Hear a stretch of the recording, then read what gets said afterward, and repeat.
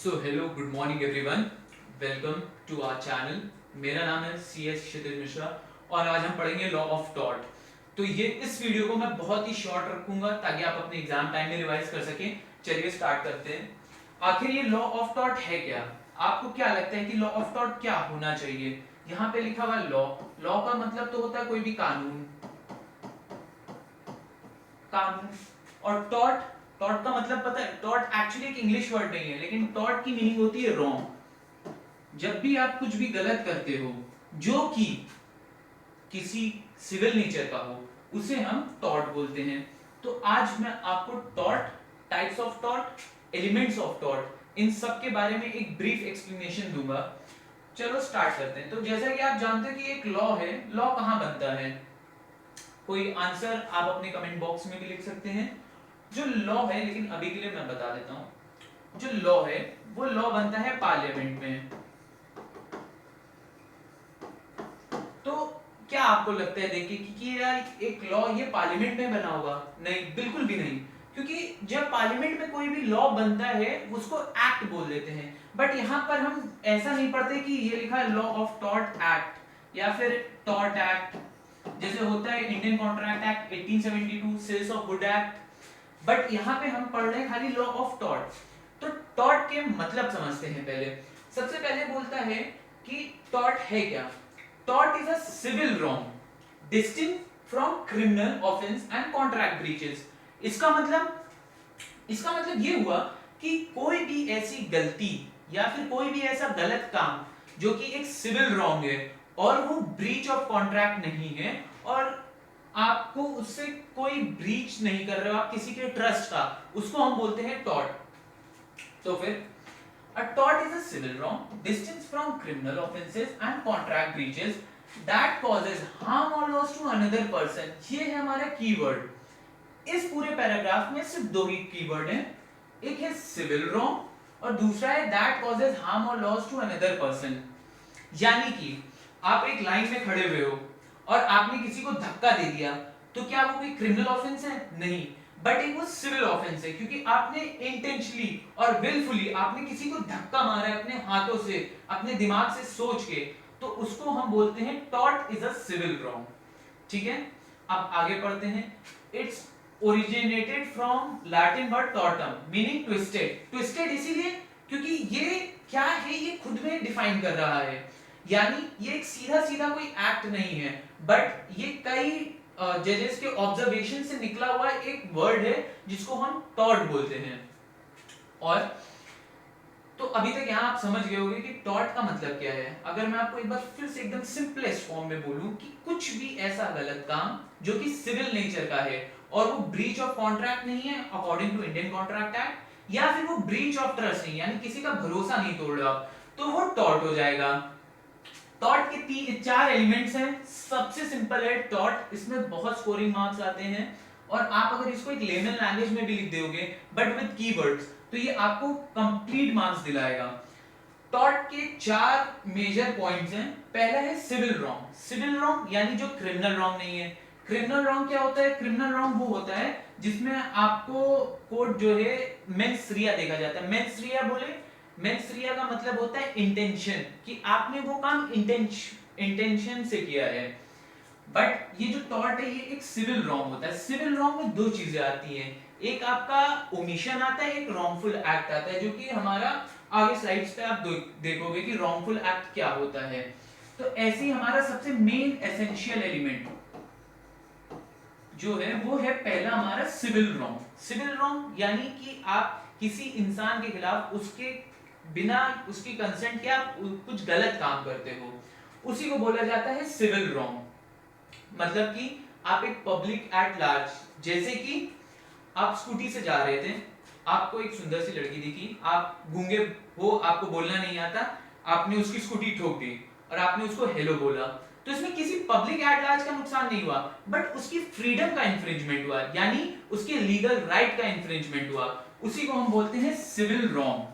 Second है legal duty. जैसे आप अपने घर के गार्डन में आराम से बैठे हुए हो, एक चाय पी रहे हो, ये चाय है, ये चाइनीज चाय है, ठीक है, आप बढ़िया ग्रीन टी पी रहे हो सिप ले लेके, और आपके गार्डन में एक पेड़ लगा हुआ है, जो पेड़ बहुत ही ज्यादा पॉइजनस है, बट उसके फ्रूट्स बहुत एनरिच्ड हैं, दिखने में बहुत ही अट्रैक्टिव है, और आपने अपने गार्डन में कोई फेंसिंग भी नहीं लगा रखी है। तो यहाँ से एक स्कूल से बच्चे जा रहे थे, सॉरी बच्चे हैं ये बट साफ जैसे लगे, ये बच्चे जा रहे थे और उन्होंने देखा कि यहाँ पे एक ट्री है और ट्री में फ्रूट्स लगे हुए हैं बहुत अच्छे से, एकदम रेड रेड कलर के एप्पल जैसे, कश्मीरी एप्पल जैसे, और आप इस साइड फेस करके बैठे हुए हो और आपने देखा नहीं कि वो बच्चे उस पॉइजनस ट्री से उठा के फ्रूट्स खा रहे हैं। तो इसी को हम बोलते हैं लीगल ड्यूटी, कि आपकी यहाँ पे लीगल ड्यूटी थी कि आप यहाँ पे रोड के बगल से फेंसिंग करो और वहां पे आप एक बोर्ड लगा दो कि ट्रेसपासर्स आर नॉट अलाउड। ट्रेसपासर्स का मतलब होता है कोई भी अनचाहा व्यक्ति। तो आपको यहाँ पे एक बोर्ड लगाना चाहिए था कि ट्रेसपासर्स आर नॉट अलाउड, बट आपने ऐसा नहीं किया, तो फिर ये आपकी लीगल ड्यूटी बनती है कि उस जो ट्री से बच्चों ने फल खाए उसका आपको कंपनसेशन देना पड़ेगा। तो इसके लिए जो उनके पेरेंट्स हैं वो कोर्ट में जा सकते हैं और आपके ऊपर केस कर सकते हैं, यानी कि उनके पास रिड्रेसल अपॉर्चुनिटी है। रिड्रेसल मतलब कि आप किसी के खिलाफ जाके कोर्ट में केस कर सको। ठीक है, तो अभी तक समझ आया आपको कि एलिमेंट्स क्या क्या हो सकते हैं टॉर्ट के। पहला होता है सिविल रॉन्ग, दूसरा होता है आपका लीगल ड्यूटी, थर्ड है जनरल ड्यूटी। जनरल ड्यूटी मतलब कि जियो और जीने दो, जो कि आर्टिकल 21 बोलता है, जिसमें सारे हमारे फ्रीडम्स होते हैं, उसी से निकला हुआ है जनरल ड्यूटी। मतलब कि आप एक पर्सन की अपनी जनरल ड्यूटी होती है। जैसे आपके घर में पानी नहीं आ रहा था, तो आपने क्या किया कि एक वेल खुदवाया, बट आपने उस वेल को जब खुदवा रहे थे तो उसमें से पानी निकलता है, तो आपने पहले पाइपलाइन नहीं करवाया, उसका कोई एक अच्छा सा फ्लो नहीं दिया कि वो डायरेक्ट ड्रेनेज सिस्टम में जाए, वो इधर उधर वॉल्केनो की तरह इरप्ट होके सबके घर में जा रहा है, तो वही आपकी जनरल ड्यूटी बन जाती है कि वो आपकी ड्यूटी है कि आप जो भी काम कर रहे हो उससे किसी और को कोई हार्म या लॉस ना हो, जो कि सिविल नेचर का हो। क्रिमिनल नेचर का यहाँ पे कुछ भी नहीं आता है। आपको यहाँ पर जो भी देखना होगा सब आपको सिविल नेचर का देखना होगा। थर्ड है टॉर्ट, वो है जो जिसमें कोई भी अनलिक्विडेटेड डैमेजेस ना हो। तो ये अनलिक्विडेटेड डैमेजेस क्या होता है? अनलिक्विडेटेड का डैमेजेस का मतलब होता है कोई भी ऐसा डैमेज जिसका पहले से कोई भी पेनल्टी या फिर कोई भी कंपनसेशन फिक्स ना हो। जैसे कि जब एक कॉन्ट्रैक्ट बनता है, आप एक कॉन्ट्रैक्ट करते हो तो उसमें उसकी ब्रीच ऑफ कॉन्ट्रैक्ट है, यानी कि जब कॉन्ट्रैक्ट खत्म होता है या फिर कॉन्ट्रैक्ट कोई भी तोड़ देता है तो उसका एक ब्रीच पॉइंट होता है कि आपने जब कॉन्ट्रैक्ट तोड़ा तो आपको ये पेनल्टी देनी पड़ेगी या फिर आपको ऐसे कंपनसेशन देना पड़ेगा। बट टॉर्ट में ऐसा कुछ भी नहीं होता है पहले से, तो उसी को बोलते हैं अपन अनलिक्विडेटेड डैमेजेस। अनलिक्विडेटेड डैमेजेस मतलब ऐसे डैमेज जिसका पहले से कोई प्रीफिक्स्ड कंपनसेशन नहीं होता। प्रीफिक्स्ड कंपनसेशन, ठीक है। अब इतना समझ आए, एक बार इसको रिवाइज करते हैं। A tort is a civil wrong other than breach of contract और breach of trust that causes harm और loss to another person, and the key elements of tort are civil wrong, legal duty, general duty, unliquidated damages. चलो next पे चलते हैं। The third one is essential elements and key maxims. ये essential elements क्या बोलते हैं? मतलब कि किसी भी एक्ट को टॉर्ट कंसीडर करने के लिए हमें इन तीन चीजों का होना बहुत ज्यादा कंपलसरी होता है। मतलब कि wrongful act और omission, लीगल डैमेजेस और लीगल रेमेडी। मतलब कि अगर आपने कोई भी ऐसा काम किया है जो गलत है या फिर आपसे गलती से वो काम हुआ है बट उसके अगेंस्ट कोई भी लीगल डैमेज हो गया है और उसकी लीगल रेमेडी है कोर्ट के पास, तो फिर वो आपका टॉर्ट बन जाएगा। यानी कि ऐसा समझ लीजिए कि आपको टॉर्ट करने के लिए आप बाहर गए हो एक कप चाय पीने के लिए, तो वहां पे आपने जाके कोई गलत काम कर दिया है और उससे किसी को लीगल डैमेज हो गया है और कोर्ट के पास उसकी लीगल रेमेडी भी है। लीगल रेमेडी कब आएगी? लीगल रेमेडी का मतलब होता है infringement of any right. Rights कहां आते हैं? आर्टिकल 21 ऑफ द कॉन्स्टिट्यूशन में। तो उसी को हम बोलते हैं टॉर्ट। सबसे फर्स्ट हमारा रॉन्गफुल एक्ट और ओमिशन। रॉन्गफुल एक्ट का मतलब क्या होता है? रॉन्गफुल एक्ट का मतलब होता है कोई भी गलत काम, और ओमिशन का मतलब होता है कुछ भी फॉरगेटफुल करना, मतलब भूल जाना हिंदी में बोले। जैसा कि मैंने अपने पहले एग्जांपल में बताया था ओमिशन का, कि आपके गार्डन में एक पेड़ है और वो पॉइजनस फ्रूट्स देता है और आपको अपने गार्डन की फेंसिंग करनी चाहिए थी, बट आपने नहीं की और वहां से स्कूल के बच्चे जा रहे थे, उन्होंने वो फल तोड़ के खाए और उनकी तबीयत खराब हो गई। तो ये हमारा ओमिशन में आता है। रॉन्गफुल एक्ट क्या है, जो मेरा स्कूटी वाला एग्जांपल था, कि आप स्कूटी ले जा रहे हो और आपको बोलना नहीं आता, आपको लड़की अच्छी लग रही है और ठोक दिया सिर्फ उसको हाई कहने के लिए, वो आपका रॉन्गफुल एक्ट हो गया। सेकंड है लीगल डैमेजेस। लीगल डैमेजेस मतलब जो कि लॉ में रिकॉग्नाइजेबल है, मतलब कि कैसे हो सकता है रिकॉग्नाइजेबल, आजकल डैमेजेस तो होते हैं बट लीगल डैमेजेस का स्पेसिफिकली मतलब ये होता है कोई भी ऐसा राइट जो कि लॉ के अंदर डिफाइंड है, यानी कि आप अब पेपर दोगे जब CSEET का या फिर CS एक्जीक्यूटिव का, और आपका एक बेस्ट फ्रेंड होगा बट आप वो अटेम्प्ट नहीं दे पा रहे हो और आपने अपने दोस्त को अपने घर के बाथरूम में बंद कर दिया, तो फिर वो क्या है, वो उसके राइट का इंफ्रिंजमेंट है। वो चाहता तो दे सकता है, फॉर श्योर वो आपका बेस्ट फ्रेंड है, बट आप उसका लीगल राइट नहीं ले सकते हो और उसके पास आपने उसका लीगल राइट छीना, तो उसके पास उसको लीगल डैमेज हुआ तो उसको एक लीगल रेमेडी मिल गई, उसी को हम बोलते हैं लीगल डैमेजेस। और थर्ड वन है हमारा लीगल रेमेडी, कोई भी ऐसा डैमेज जो लीगल होगा उसके पास लीगल रेमेडी होगी। इन शॉर्ट, टॉर्ट बनने के लिए या फिर आपको एक टॉर्ट करने के लिए तीन चीजें करनी पड़ेंगी। पहला, रॉन्गफुल एक्ट और ओमिशन, मतलब कि आप कुछ गलत हरकत या कोई चीज भूल जाओगे, वो हमारा हो गया wrongful act. Second one is legal damages, यानी कि आप कोई भी ऐसा डैमेज करते हो दूसरे इंसान को जिससे उसका कोई राइट इन्फ्रिंज हो, उसको हम बोलते हैं legal damages. And third one is legal remedy. Legal remedy बोले तो ऐसा कोई भी डैमेज जो कि लीगली नोन हो या फिर लीगली जस्टिफाइड हो और उसके पोजीशन में आपके अगेंस्ट कोई लीगल रेमेडी अराइज हो, उसको हम बोलते हैं लीगल रेमेडी। अब इसके बहुत ही ज्यादा इंपॉर्टेंट दो मैक्सिमम्स हैं। ये है डैमनम सीने इंजूरिया, इंजूरियस सीने डैमनो। अब इसका मतलब क्या होता है, कोई गेस करेगा? तो फर्स्ट वाले पे आते हैं, जो हमारा पहला है इंजूरिया सीने डैमनो। इंजूरिया का मतलब होता है इंजरी। इंजरी कैसी इंजरी?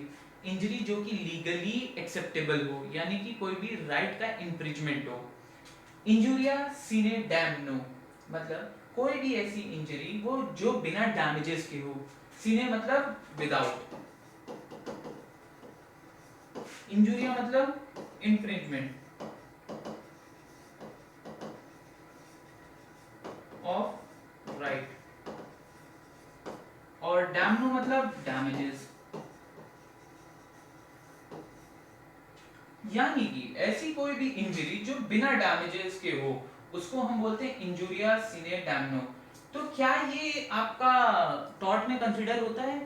बिल्कुल कंसीडर होता है, क्योंकि आपने टॉर्ट का हमारा की एलिमेंट होता है कि आप कभी किसी के राइट इन्फ्रिंज करो, उसी में आता है इंजूरिया सीने डैमनो, यानी कि आपने किसी का लीगल राइट उससे छीन लिया है, बट उसको कोई डैमेज हो ना हो, हमें उससे डैमेजेस से फर्क नहीं है। बट आप जब भी किसी का लीगल राइट लेते हो उससे फर्क पड़ता है कोर्ट को, तो इसी को बोलते हैं violation of legal right without actual harm और डैमेज। इंजूरिया सीने डैमनो का मतलब है इंजरी विदाउट एनी डैमेजेस, यानी कि जब आपका कोई भी लीगल राइट जो कि इन्फ्रिंज होता है और बिना किसी डैमेज के, तो उसी को बोलते हैं इंजूरिया सीने डैमनो। इसका एक बहुत लैंडमार्क केस लॉ है जिसका नाम है एशबे वर्सेस वाइट। जब प्लांटिव डिनाइड राइट टू वोट, यानी कि जैसे मैं इसको बहुत सिंपल वर्ड्स में अगर आपको समझाऊं कि एशबे था, एशबे के पास, सबके पास वोटिंग राइट होता है आफ्टर 18, तो उसके पास वोटिंग राइट था और वो वाइट को ही वोट करना चाहता था। वाइट यानी कि जो यहाँ पे डिफेंडेंट है, एशबे क्या है, प्लांटिफ है। प्लांटिफ वो होता है जो कि केस फाइल करता है, डिफेंडेंट वो होता है जो जिसके खिलाफ केस होता है। तो एश वाइट ने सोचा कि अगर ये जाएगा तो मैं कहीं वोट से हार ना जाऊं, एक वोट से हार सकता है कोई भी इंसान, तो उसने क्या किया वाइट ने कि एशबे को कन्फाइंड कर दिया उसके घर में और उसको वोट नहीं देने दिया। पहली बात तो ये कि राइट जो होता है, राइट ऑफ फ्रीडम यहाँ पे इन्फ्रिंज हुआ, किसी को भी आप अनलॉफुली डिटेन नहीं कर सकते उसके घर में। सेकंड कि आपने एशबे को वोट नहीं देने दिया, तो यहाँ पे उसका राइट टू इन्फ्रिंज हो रहा है, बट उसको कोई डैमेज नहीं हो रहा, उसको मारा पीटा नहीं, बट घर में उसके सारी एमिनिटीज के साथ उसको वहीं पर रोक दिया कि आप वोट मत देने जाओ। वो देता वाइट को वोट, वो वाइट को ही वोट देने गया था, बट उसको देने नहीं दिया गया। तो यहाँ पर क्या हुआ, यहाँ पर उसके इंजरी हुई, किस चीज की, लीगल राइट की इंजरी हुई, बट उसको कोई डैमेज हुआ, कोई डैमेज नहीं हुआ, क्योंकि उसको मारा पीटा नहीं गया और कुछ नहीं किया गया। तो इसी से हमें मिलता है इंजुरिया सिने डैमनम, यानी कि injury without damages. Second maxim है damnum sine injuria. Damnum sine injuria मतलब डैमेजेस विदाउट इंजरी, जहां पे आपको डैमेज तो होता है बट आपके कोई भी लीगल राइट इफेक्ट्स नहीं होते हैं। जैसे कि आपकी एक दोस्त है जिसपे आपको क्रश है, वो अपने बेस्ट फ्रेंड को लाती है आपसे मिलाने के लिए, जो कि एक मेल बेस्ट फ्रेंड है। तो आप दोनों बैठे हो, वो आपसे बात ना करके सामने वाले से बात कर रही है, उसको अपने डे की सारी चीजें बताती है, उससे पूछती है कि बाबू आपने खाना खाया कि नहीं खाया, लेकिन बिल आपको उस रेस्टोरेंट में पे करना पड़ता है। तो इसमें आपका डैमेज तो हो रहा है, बट क्या आपका कोई लीगल राइट इन्फ्रिंज हो रहा है? नहीं हो रहा है, क्योंकि आपका कोई लीगल राइट बनता ही नहीं उस चीज पे। उसी को हम बोलते हैं डैमनम सिने इंजुरिया, जहां की डैमेज तो होता है without any infringement of right. Injury मतलब इंजुरी को आप ऐसे याद रखिए, बार बार उसको बोलिए इन्फ्रिंजमेंट ऑफ राइट, क्योंकि अगर आप इंजरी बोलते रहोगे तो आपके दिमाग में रहेगा कि इंजरी मतलब कि कुछ तो लॉस हो रहा होगा, बट यहाँ कुछ लॉस की बात नहीं हो रही है। यहाँ पे बात हो रही है लॉस, ऐसा लॉस जो कि लीगली रिकॉग्नाइजेबल हो। तो पढ़ते एक बार, actual damages suffered but no legal right violated, no remedy available. ऐसा क्यों बोले कि नो रेमेडी अवेलेबल? यार डैमेज तो हुआ है तुम्हें, तुम्हारी फीलिंग्स का डैमेज हुआ है, बट फीलिंग्स का डैमेज कोई डैमेज मानता ही नहीं है लॉ। इसीलिए इसको बोला जाता है कि आपके पास डैमेज तो हो रहा है, आपके दिल में दुख तो हो रहा है, क्योंकि वो अपने बीएफएफ से बात कर रही है, बट आप उसके खिलाफ कोई केस कर सकते हो? नहीं कर सकते हो। हाँ, बट अगर वो आपको बोले कि आप उसको पे करो, आपसे पैसे मांगे और वो आपके पैसे ना वापस करे, जो कि आपकी क्रश है, उस केस में आप उस पे लीगली क्लेम कर सकते हो, क्योंकि आपको अब मॉनेटरी लॉस हो रहा है। याद रखिएगा, monetary loss is something different from legal loss. ठीक है, यहाँ पे एक केस लॉ है और ये बहुत ही छोटा सा और बहुत ही ऑसम सा केस लॉ है, ग्लूकोस्टर ग्रामर स्कूल। यहाँ पे क्या हुआ था कि जैसे कि आप स्कूल गए हो, आपका एक फेवरेट टीचर है, उस टीचर ने क्या किया, वो जानता है कि आपके स्कूल में 1000 बच्चे हैं और 900 बच्चे आपसे प्यार करते हैं टीचर से। तो टीचर ने क्या किया, उस स्कूल में ना टीचर रह के उसी के सामने एक अपना स्कूल खोल लिया, जिसमें वो आपके स्कूल से 900 बच्चे ले गया, हो सकता है उसमें आप भी हो। तो यहाँ पर क्या कोई डैमेज हुआ है? बिल्कुल हुआ है, क्योंकि उस स्कूल में जो बच्चे पढ़ रहे थे वो सब सामने वाले स्कूल में शिफ्ट हो गए, बट क्या यहाँ पे कोई इंजरी हुई है लीगल राइट की? नहीं, यहाँ पर कोई भी इंजरी नहीं हुई। इसी को हम बोलते हैं डैमनम सिने इंजरी, यानी कि डैमेजेस विदाउट इंजरी। तो यहाँ तक होप करता हूँ सब समझ गए हो। नहीं समझे हो, जो पॉइंट नहीं समझे हो वो कमेंट करो, मैं उसको नेक्स्ट वीडियो में आपको बहुत ही डिटेल्ड एक्सप्लेनेशन विद और भी ज्यादा एग्जांपल्स मैं आपको समझा दूंगा। चलते हम नेक्स्ट स्लाइड पे, जो कि है tort versus crime versus contract. कभी कभी क्या होता है, एग्जामिनर आपका खाली नॉलेज टेस्ट करने के लिए आपसे ऐसे बोल देगा कि ये बताइए ऐसा ऐसा डैमेज हुआ है या फिर ऐसा ऐसा एक्ट हुआ है, ये किसके अंडर कवर होता है। तो उसी के लिए मैंने यहाँ पे एक बहुत क्रिस्प नेचर का डिफरेंशिएशन कर दिया तीनों में। तो टॉर्ट क्या है? टॉर्ट एक सिविल रॉन्ग। क्राइम क्या है? ये पब्लिक रॉन्ग है। और क्राइम के लिए हमेशा अलग कॉन्स्टिट्यूशन ने बनाया है, और किसके अंडर आता है क्राइम, ये आप कमेंट कर देना। Tort civil wrong, crime public wrong, contract breach of agreement, क्योंकि आपको पता है कॉन्ट्रैक्ट इंडियन कॉन्ट्रैक्ट एक्ट 1872 के अंडर आता है, इसीलिए breach of contract, breach of agreement बोला गया है। टॉर्ट में पार्टीज कौन कौन होती है? इंडिविजुअल वर्सेस इंडिविजुअल, क्योंकि ये एक पर्सनल नेचर का जो है लॉ है, इसीलिए इसमें जो पार्टीज होती है वो इंडिविजुअल होती है। मतलब कि आप किसी एक पर्सन के खिलाफ कोई चीज कर रहे हो, अगर आप एक स्टेट के खिलाफ कर रहे होते तो उसको क्राइम में बोल देते। जैसे कि हर्षद मेहता वाला जो केस था, वो किसी एक पर्सन के खिलाफ, उसने शेयर्स का ट्रेडिंग करके उसमें प्रॉफिट बना के नहीं किया था, बल्कि उसने स्टेट के खिलाफ ही नकली बिल्स पेबल बना के बैंक से लोन लेके, तो वो एक all together against the state हो गया था, तो वो इसीलिए क्रिमिनल प्रोसीडिंग में आ गया। और थर्ड है कॉन्ट्रैक्ट। कॉन्ट्रैक्ट में पार्टीज कौन होगी? Party versus party. मतलब कि जब भी एग्रीमेंट बनता है तो वो दो पार्टीज होता है। एसेंशियल एग्रीमेंट्स, एसेंशियल की एलिमेंट्स होता है more than one person can form a contract, यानी कि दो पार्टी होंगी तभी आपका कॉन्ट्रैक्ट होगा, कॉन्ट्रैक्ट से पहले एग्रीमेंट होगा। तो इसीलिए यहाँ पे लिखा हुआ है जो पार्टीज होंगी कॉन्ट्रैक्ट में वो पार्टी वर्सेस पार्टी होगी, यानी कि ए वर्सेस बी हो सकता है। यहाँ पे पार्टीज यहाँ पे इंडिविजुअल भी हो सकती हैं और स्टेट भी हो सकता है। थर्ड है हमारी रेमेडी। रेमेडी टॉर्ट में क्या रेमेडी होगी? टॉर्ट में कंपनसेशन होंगी। कौन से वाले? Unliquidated damages. अनलिक्विडेटेड मतलब जो कि पहले से प्रीफिक्स नहीं है। यहाँ पर क्या है? पनिशमेंट है, या तो फाइन होगा या जेल होगा या फिर दोनों भी हो सकता है। थर्ड क्या है? यहाँ पर डैमेजेस होगा, स्पेसिफिक परफॉर्मेंस होगा। डैमेजेस जब ब्रीच ऑफ कॉन्ट्रैक्ट हम पढ़ेंगे तो आपको इन डिटेल इन डेप्थ में आपको बताऊंगा कि डैमेजेस किस किस टाइप के होते हैं।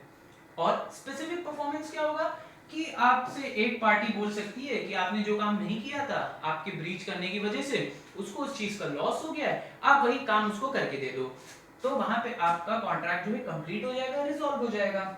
थर्ड है ड्यूटी सोर्स। ड्यूटी सोर्स क्या मतलब कि आपको कितना फाइन उसको पे करना पड़ेगा, तो ये फिक्स्ड बाय लॉ है। फिक्स्ड बाय लॉ इसलिए है क्योंकि ये कोर्ट डिसाइड करेगा। अनलिक्विडेटेड डैमेजेस है, पहले से प्रीफिक्स नहीं है, ठीक है, तो ये लॉ डिफाइन करेगा। सेम एज क्राइम में होगा।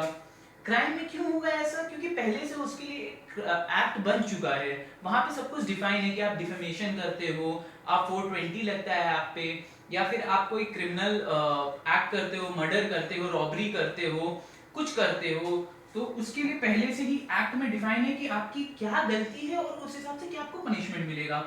थर्ड है आपका contract, fix by parties. Fix by parties क्यों है इसमें?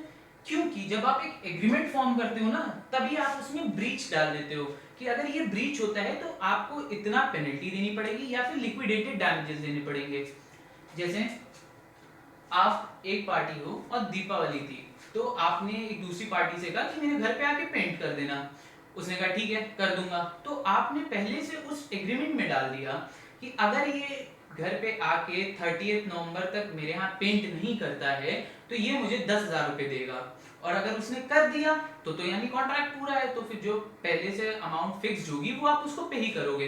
बट वो आके नहीं करता है तो उसको उसके ऊपर लायबिलिटी बन जाती है कि वो आपको आकर, आप जब कोर्ट में जाओगे कोर्ट में उसको बुलाया जाएगा और कोर्ट में उससे पहले बोला जाएगा कि आप ये परफॉर्मेंस करना चाहते हो कि नहीं करना चाहते हो, और आपसे भी पूछा जाएगा कि आप इसकी परफॉर्मेंस अब लेना चाहते हो कि नहीं लेना चाहते हो।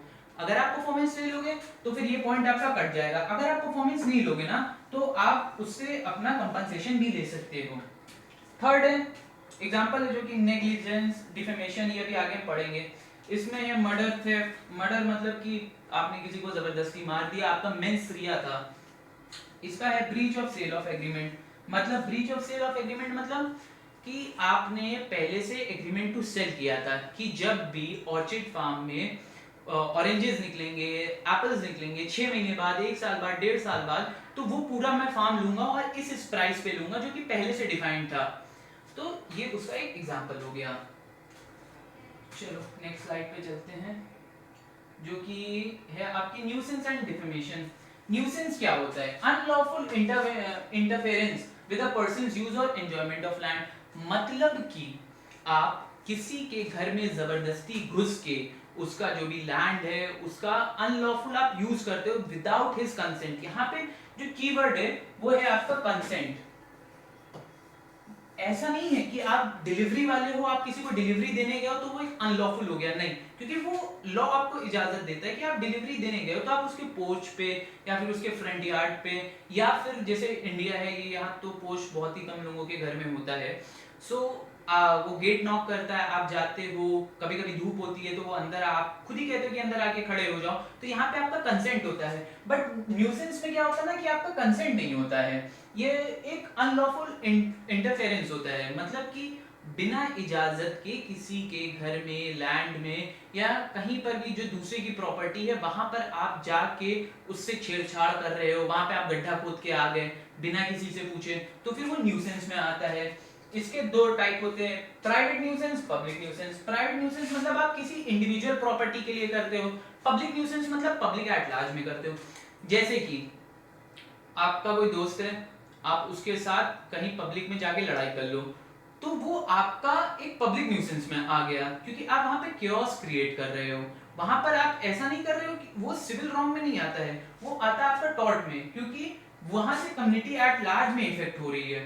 दूसरा है कि आप जैसे रोड पे जा रहे हो और आपकी गर्लफ्रेंड से लड़ाई होगी, आप वहीं बाइक पे लगा के और गाली गलौज करने लगे उससे, या फिर आप किसी से भी लड़ाई वड़ाई करने लगे, तो वो एक पब्लिक न्यूसेंस हो गया। और प्राइवेट न्यूसेंस क्या होगा कि जब रात में आप चुपचाप घर वालों के सोने के बाद कम्बल में अपनी गर्लफ्रेंड से बात करते हो, वो आपका हो गया प्राइवेट न्यूसेंस। उससे खाली आपको और आपकी गर्लफ्रेंड को लॉस होगा लड़ाई करने में, और किसी को लॉस नहीं होगा, वो हमारा आ जाता है प्राइवेट न्यूसेंस में। इसके एग्जांपल्स देखें, excessive noise, smoke, foul smell, मतलब बहुत छोटे छोटे एग्जांपल हैं, बट हाँ ये इसलिए मैंने ऐड किए ताकि आपको याद रहेगा। और पब्लिक न्यूसेंस के एग्जांपल है ऑब्स्ट्रक्शन हाईवे, पॉल्यूटिंग रिवर, मतलब आप किसी नदी में गंदगी फेंक देते हो, हाईवेज को ऑब्स्ट्रक्ट कर लेते हो। ऑब्स्ट्रक्ट करने का मतलब होता है कि आप जो रास्ता है सबके लिए आप उसको रोक दो। सेकेंड है डिफेमेशन। डिफेमेशन का बहुत सिंपल सा मतलब होता है किसी के खिलाफ वर्बल या रिटर्न में आप कोई झूठी अफवाह, झूठी बातें, झूठा केस आप जब फैलाते हो उसको हम डिफेमेशन बोलते हैं। डिफेमेशन दो टाइप के होते हैं।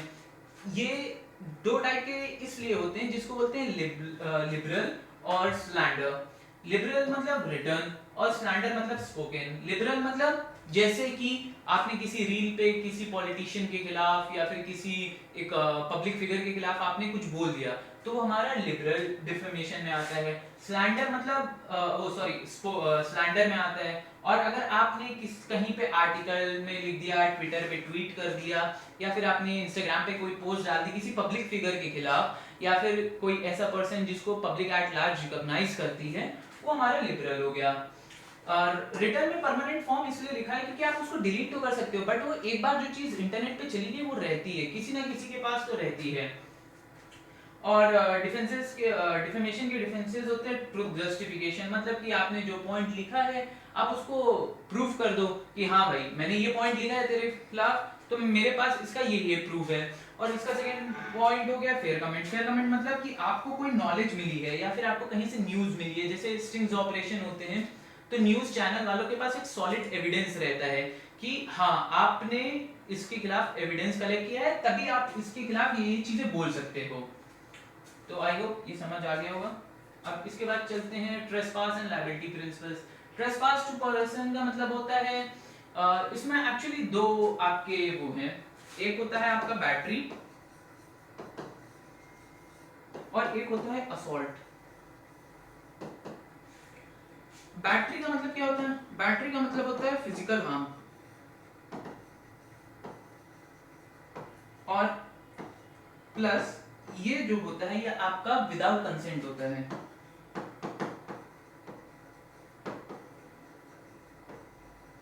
बोले इसका मतलब हुआ कि जब भी आप लायबिलिटी आपके ऊपर टॉर्ट की आती है तो उसमें देखा जाएगा कि आपने अगर किसी पर्सन के खिलाफ कोई एक्शन किया है तो उसमें दो चीजें आती हैं जो कि है बैटरी और असॉल्ट। बैटरी बोलता है कि आप फिजिकल हार्म कर रहे हो उसके और उसके कंसेंट के बिना कर रहे हो। जैसे कि आप हनी सिंह का कॉन्सर्ट देखने गए और वहां पर आपके पीछे बहुत सुंदर सी छोटी सी हाइट की लड़की खड़ी हुई है और आप उससे लंबे हो, बट वो आपको पीछे से धक्का दे रही है। क्यों दे रही है? क्योंकि उससे पीछे से धक्का आ रहा है। वो क्यों दे रहा है? क्योंकि सबसे पीछे से धक्का आ रहा है। तो यहाँ पर उसकी कोई मेंस क्रिया नहीं थी, यानी कि उसका कोई इंटेंशन नहीं था कि वो आपको धक्का दे, बट वो पीछे से आ रहा था तो उसको फोर्स लग रहा था। उसी को हम बोलते हैं बैटरी। बैटरी मतलब आप किसी को जानबूझ के और सामने वाले को बिना कंसेंट के आप जब धक्का देते हो तो हम उसे बैटरी बोलते हैं। और असॉल्ट क्या होता है? असॉल्ट होता है किसी को डराना बैटरी कमिट करने के लिए। मतलब जब आपको मम्मी मारती है तो क्या बोलती है? पहले मारती है तो आप रोते हो, फिर और मारती है तो आप फिर और रोते हो, तो फिर क्या बोलती थर्ड टाइम? अगर और रोया तो और मारूंगी। तो उसी को हम बोलते हैं असॉल्ट, कि threatening someone to commit a battery is assault. एकदम प्योर सिंपल वर्ड्स में अगर इसको पुट करें तो ये हो गया threatening someone to commit a battery is termed as assault. अब सेकंड पे चलते हैं। ट्रेसपास टू लैंड मतलब कि बिना किसी परमिशन के आप किसी लैंड में जब एंटर करते हो उसको बोलते हैं ट्रेसपास टू लैंड। मतलब कि जैसे एरिया 51 है अमेरिका के पास, वहां पे लिखा रहता है ट्रेसपासेस विल बी प्रोसिक्यूटेड और और शॉट एट साइट, मतलब कि अगर कोई अनऑथराइज पर्सन उस लैंड पे आता है तो उसको या तो कोई लॉफुल एक्शन लिया जाएगा या फिर वहीं पे देख के उसको गोली मार दी जाएगी। थर्ड है ट्रेसपास टू गुड्स, यानी कि आप किसी के गुड्स बिना उसकी परमिशन के ले लेते हो, उसी को बोलते हैं ट्रेसपास टू गुड्स। यानी कि आप रास्ते से जा रहे हो, आपको एक नेकलेस गिरा पड़ा मिला और आपने उसको उस पर्सन को ना देके खुद के पास रख लिया, तो क्या ये टॉर्ट में आएगा? बिल्कुल नहीं आएगा, क्योंकि ये ब्रीच ऑफ कॉन्ट्रैक्ट में आएगा, काजी कॉन्ट्रैक्ट में आएगा, क्योंकि वो किसी और का था और आपको पता है वो आपका नहीं था, लेकिन फिर भी आप उसको ले गए हो और आपने अपनी गर्लफ्रेंड को गिफ्ट दे दिया, तो ब्रीच ऑफ कॉन्ट्रैक्ट में आएगा, ना कि टॉर्ट में आएगा। It was just a simple example कि आपको डिफरेंस समझ आए कि हर चीज टॉर्ट नहीं होती और हर कॉन्ट्रैक्ट का ब्रीच टॉर्ट नहीं होता। इसमें ट्रेसपास टू गुड्स में क्या बोलेगा? Unlawful interference with movable property, taking, damaging और यूजिंग गुड्स, मतलब कि आप जब बाइक देखने जाते हो शोरूम में तो वो आपको एक टेस्ट ड्राइव ऑफर करते हैं कि आप एक टेस्ट ड्राइव ले लो कि कैसा है इसकी फंक्शनिंग, आप कंफर्टेबल हो, आपकी हाइट है कि नहीं है। तो आप उसको जब टेस्ट ड्राइव लेके जाते हो और आप उसको कहीं भिड़ा दो जानबूझ के, मैं यहाँ पे बिना इंटेंशन की नहीं बात कर रहा हूँ, मैं बात कर रहा हूँ विद इंटेंशन, आप भिड़ा दो कि यार अभी तो मेरी है नहीं, मैं ठोक भी देता हूँ तो क्या हुआ, तो वैसा नहीं चलता, वो हमारा टॉट के अंदर कवर होता है। उसके बाद है स्ट्रिक्ट लायबिलिटी और एब्सोल्यूट लायबिलिटी, ये भी बहुत अच्छा एग्जाम पॉइंट ऑफ व्यू से क्वेश्चंस है, इस पे एमसीक्यू बनते ही बनते हैं। इसमें सबसे बेस्ट है Rylands versus Fletcher rule. Rylands versus Fletcher rule क्या है? रेलैंड एक बंदा था जिसके घर पे पानी नहीं आ रहा था, तो उसने क्या किया, अपने पोर्च में, अपने बैकयार्ड में उसने एक गड्ढा खुदवाया और उसमें से उसने सोचा कि मैं वेल बना लूंगा तो मेरे पास पानी की कभी कमी नहीं होगी। तो उसने जब गड्ढा खुदवा रहा था तो उसमें से पानी निकलने लगा एकदम से, और वो जाके फ्लेचर के अंडरग्राउंड में, जहां पर उसकी केमिकल लैब थी, अपनी एक personal chemical lab for his son, उसमें जाके उसमें केमिकल्स को डिस्ट्रप्ट कर दिया, वहां के टेस्ट ट्यूब्स, वहां की लाइटिंग को डिस्ट्रप्ट कर लिया। इसमें फ्लेचर ने, रेलिन ने बोला कि यार मेरी तो कोई गलती ही नहीं थी, मैंने तो अपने लिए वेल खुदवाया था और वो पानी एकदम से निकल गया। बट यहाँ पर कोर्ट ने ये डिसाइड किया कि इसमें इंटेंशन नहीं देखा जाएगा, इसमें ओमिशन देखा जाएगा। आपको पता है कि आप एक गड्ढा खुदवा रहे हो, उसके बाद भी आप उसका प्रॉपर ड्रेनेज सिस्टम नहीं कनेक्ट करवाते हो, आप उसको कंजर्व करने का तरीका नहीं बनवाते हो, तो इसमें आपकी गलती है। तो यहाँ पर ये हुआ कि person who brings hazardous substances on land is liable if it's escape and causes damage. यहाँ पे हैजार्डियस सब्सटेंसेस का मतलब हो गया कोई भी ऐसा सब्सटेंस जिससे दूसरे पर्सन को कोई लॉस होता है। नेसेसरी नहीं है कि वो टॉक्सिक वेस्ट हो, एटॉमिक वेस्ट हो, यहाँ पे हैजार्डियस का मतलब ही ये हो गया कि जो दूसरे को लॉस करे। तो यहाँ पर क्या फ्लेचर को लॉस हुआ? बिल्कुल हुआ, क्योंकि उसकी जो पर्सनल केमिकल लैब थी वो डिस्ट्रप्ट हो गई, वहां पे थोड़ा बहुत डिस्ट्रक्शन हो गया। क्या जब भी केमिकल में जो सोडियम होता है वाटर के कांटेक्ट में आता है तो वो रिएक्ट करता है, तो इससे फ्लेचर को दिक्कत हुई। तो यहीं से हमारा ये एक लैंडमार्क केस लॉ निकल के आया स्ट्रिक्ट लायबिलिटी का। स्ट्रिक्ट लायबिलिटी बोलता है any act done without the intention of committing it still a tort because it was done for the omission। मतलब कि अगर कोई भी ऐसी लायबिलिटी जो कि बिना किसी भी जाने में अनजाने में हो जाती है, वो हमारी स्ट्रिक्ट लायबिलिटी होती है, जिससे दूसरे को लॉस होता है और किसी हैजार्डियस सब्सटेंस का एस्केप होता है।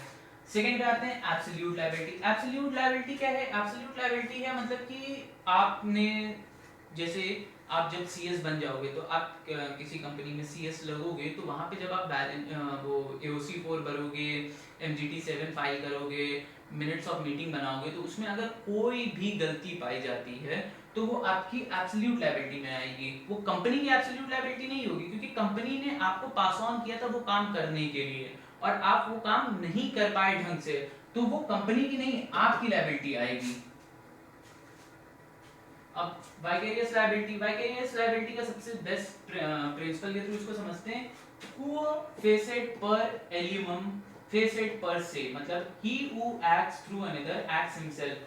ये जो हमारी लायबिलिटी है वाइकेरियस लायबिलिटी, ये बेसिकली कंपनीज पे अप्लाई होती है, क्योंकि कंपनी एक legal identity different from its promoter या फिर डायरेक्टर या फिर शेयर होल्डर्स होते हैं, बट जो डायरेक्टर्स होते हैं वो लायबल होते हैं कंपनी के एक्शंस और वर्किंग के लिए। तो इसीलिए ये लायबिलिटी लाई गई। ये पहले एडेड नहीं थी डॉट में, बट आफ्टर कंपनीज एक्ट 2013 इसको ऐड किया गया और इसको बोला गया कि अगर कोई भी डायरेक्टर या फिर कोई भी एजेंट अपने प्रिंसिपल के उस पे काम कर रहा है कंसेंट पे और उससे कोई भी गलती होती है तो वो हमारी वाइकेरियस लायबिलिटी आती है। वाइकेरियस लायबिलिटी टॉर्ट में होती है और टॉर्ट के मीनिंग में 3 एसेंशियल एलिमेंट्स थे और उन्हीं एसेंशियल एलिमेंट्स में अगर उसकी लायबिलिटी फॉल करती है तो यानी कि उसने टॉर्ट किया है।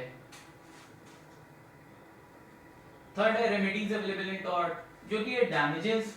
डैमेजेस मतलब जो भी डैमेज होता है लीगल डैमेज वो आप क्लेम कर सकते हो। इंजंक्शन, इंजंक्शन मतलब आप किसी चीज पर रोक लगा सकते हो। आपको अगर कोई भी लीगल डैमेज हो रहा है और आप चाहते हो कि वो चीज रुक जाए जो कि कॉन्टिन्यूअस नेचर की, जैसे कि हमने हजार्डियस सब्सटेंस का देखा हुआ था कि कोई भी हजार्डियस सब्सटेंस एस्केप कर रहा है और आपको वो हार्म किए ही जा रहा है, किसी और पर्सन को हार्म किए जा रहा है, तो आप उस पर कोर्ट से इंजंक्शन ले सकते हो।